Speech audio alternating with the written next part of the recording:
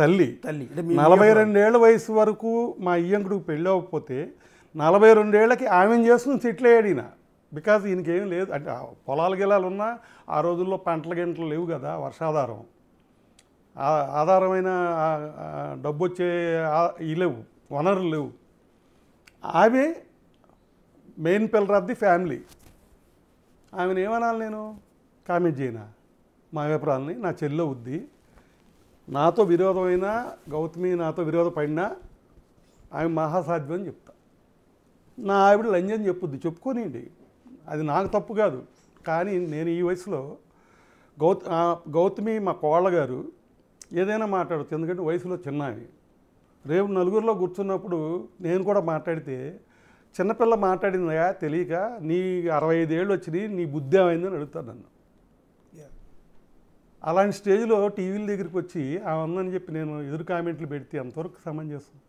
Family విషయం ఇది. ఏదన్నా క్రిమినల్ అవ్వాల్సిన డ్యామేజ్ అయిపోయింది కదా మీకు, అవలేదా? ఇవాళ మీరు చెప్తున్న దాని ప్రకారం హనుమాన్ జంక్షన్లో కృష్ణా జిల్లాలో ఒక పెద్ద మనిషి కాకాని వెంకటరత్నం గారు, కాకాని వెంకటేశ్వరరావు, కాకాని వెంకటరత్నం గారి బంధువులు మీరు. కాకాని వెంకటరత్నం గారు ఎంత పెద్ద నేత అనేది అందరికీ తెలుసు. ఇప్పుడు అలాంటి ఫ్యామిలీకి చెందిన మీరు, మీ పరువు అంతా ఈరోజు బజార్న పడిపోలేదా? దానికి నేనేం చేయను? ఇప్పుడు నాకు వెళ్ళను మా అబ్బాయి, నా ఫ్యామిలీకి వెళ్ళను మా అబ్బాయి. వీడు ఎదవ కాకపోతే తండ్రి చెప్పిన మాట వెళ్ళా, తల్లి చెప్పిన మాట వెళ్ళా. 5-6 ఏళ్ళు పెండింగ్ పెట్టాం ఇష్యూని. మా కజిన్ సిస్టర్ అమ్మాయితో మేము ఆల్రెడీ ఫిక్స్ అయ్యాం. వాళ్ళు చాలా బలవంతులు. ఎలా బలవంతులు? పొలిటికల్గా పబ్లిక్లో ఇమేజ్ ఉన్నాళ్ళు. వాళ్ళు మేము కలిస్తే మా కాన్స్టిట్యున్సీలో మాకు తిరిగేలేదు. మా కుటుంబ బలం పెరిగేది. డబ్బు కాదు, డబ్బు అఫ్కోర్స్ ఆ పాప హైదరాబాద్ ఇచ్చారు, 200-300 కోట్లు ఇచ్చి హైదరాబాద్ ఇచ్చారు ఆ పాపని. డబ్బు కాదు అక్కడ, నైతిక బలం, మా కుటుంబ బలం పెరిగేది. అలాంటిది నాశనం చేసింది ఎవడు? ఈ యదవ, మీ అబ్బాయి.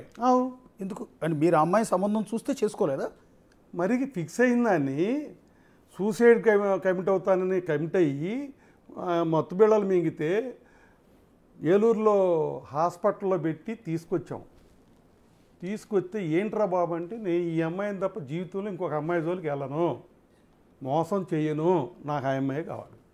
ఎవరు? గౌతమి కావాలని. గౌతమే కావాలి, నేను ఎవరిని చేసుకోను, ఏ అమ్మాయి అయితే వెళ్ళను, నాకు ఈ అమ్మాయే కావాలి. గౌతమియే కావాలని అటెంప్ట్ చేశాడు. ఏలూరు హాస్పిటల్లో డాక్టర్ సాయి అని ఆయన ట్రీట్మెంట్ చేశారు. చేశాక సేవ్ అయ్యాడు. అప్పుడు గౌతమి వాళ్ళ తల్లిదండ్రులు వచ్చారు హాస్పిటల్కి. తర్వాత ఇంటికి కూడా వచ్చారు. నేను చదువుకోమని పంపించాను. 18 ఏళ్ళకి లవ్ ఏంటి? వెరీ ఫస్ట్ ఇయర్ అయ్యిందో అవ్వలేదో వీడికి లవ్ అన్నాడు. ఇప్పుడు ఆ పాపకు కూడా అంతకుముందు లవ్ అఫైర్ ఉంది. మరి ఆమెకి వీళ్ళలో ఏమి నచ్చినాయో, వీడు వయసులో చిన్నాడు, ఇమ్మెచ్యూరు, చదువులో తక్కువ, అన్నిట్లో గౌతమి ఎక్కువ.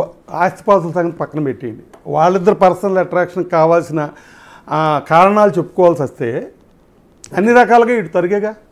వయసులో చిన్నాడు వీడు, జూనియరు, నీకన్నా చదువు తక్కువ, కానీ యాక్టివ్ పర్సన్. ఆ రోజుల్లోనే కాలేజీలో చంద్రబాబు నాయుడు గారు బ్యానర్లు కట్టడం, టీడీపీ అని తిరగడం, కాలేజీలో మందలించారండి పొలిటికల్ బ్యానర్స్ అవి కట్టొద్దని. ఓకే, ఆ స్టేజ్లో కొంచెం లీడర్షిప్గా ఉండేవాడు చిన్నవాడైనా.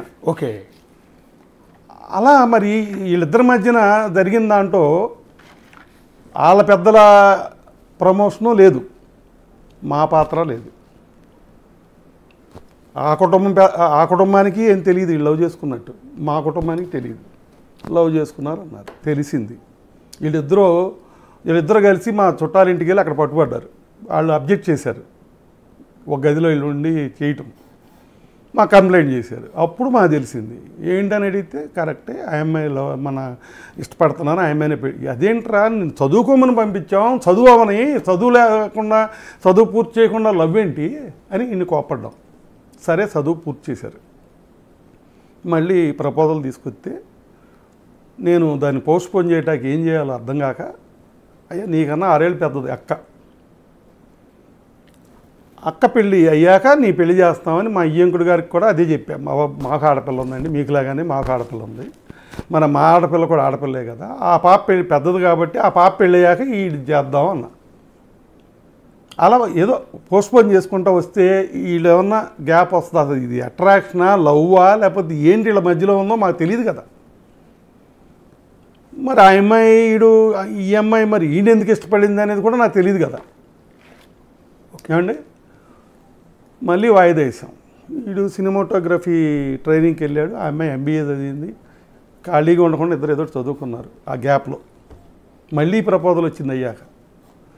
అమ్మ ఆ పాపను పిలిచి, అమ్మ ఒక్కసారి ఆలోచించు, వీడు సినిమాలు అంటున్నాడు, సినిమాల్లో యాక్ట్ చేస్తానంటున్నాడు, నేను 1980లోనే ప్రొడ్యూసర్ని, 1980లోనే ఒక పెద్ద డిస్ట్రిబ్యూటర్ని, ఆంధ్రప్రదేశ్లో ఫేమస్ అయిన అన్నపూర్ణ పిక్చర్స్ అనే సంస్థకి నేను